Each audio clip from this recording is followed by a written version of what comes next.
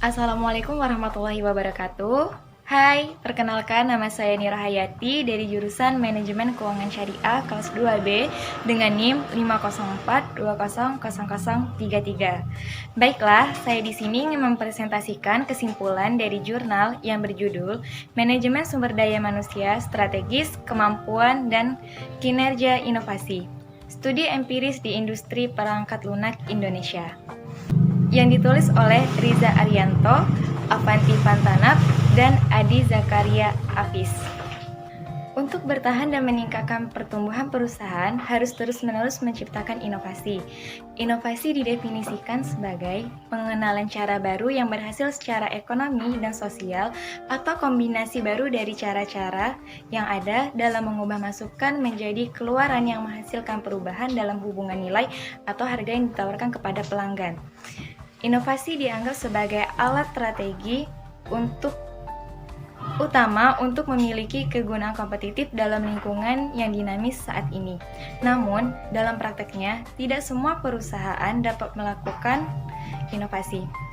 Sebanyak 42% dari 172 perusahaan perangkat lunak di Indonesia bersedia untuk berpartisipasi dalam penelitian ini.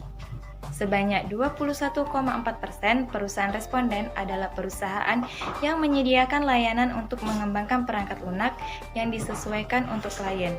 Sebanyak 23,8% perusahaan responden yang mengembangkan dan menjual produk lunak, dan sebanyak 54,8% responden lainnya melakukan kedua layanan tersebut.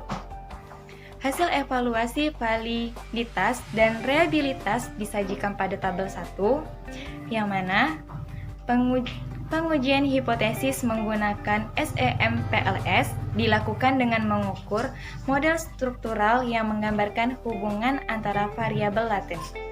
Model struktural akan diuji menggunakan koefisien determinasi.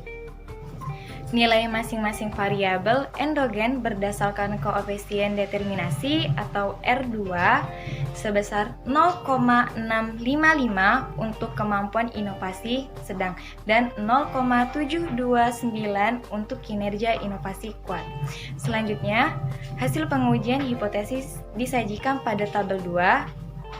Nilai koefisien jalur antara strategi manajemen sumber daya manusia dan kemampuan inovasi sebesar 0,809. Artinya, kedua variabel memiliki hubungan yang kuat. Manajemen sumber daya manusia yang strategis dapat menjelaskan 6% dari kapabilitas inovasi. Dengan hasil tersebut, maka dapat dikatakan bahwa manajemen sumber daya manusia yang strategis dapat menjadi prediktor yang baik untuk kapabilitas inovasi perusahaan.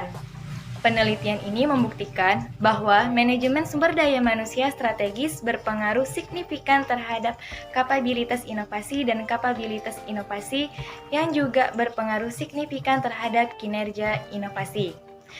Untuk meningkatkan kapabilitas inovasi, perusahaan harus terus-menerus memperhatikan dan menyelenggarakan strategi manajemen sumber daya manusia dengan baik. Dengan demikian, perusahaan diharapkan memiliki keunggulan kompetitif. Sekian kesimpulan saya dari jurnal tersebut. Saya akhiri. Wassalamualaikum warahmatullahi wabarakatuh.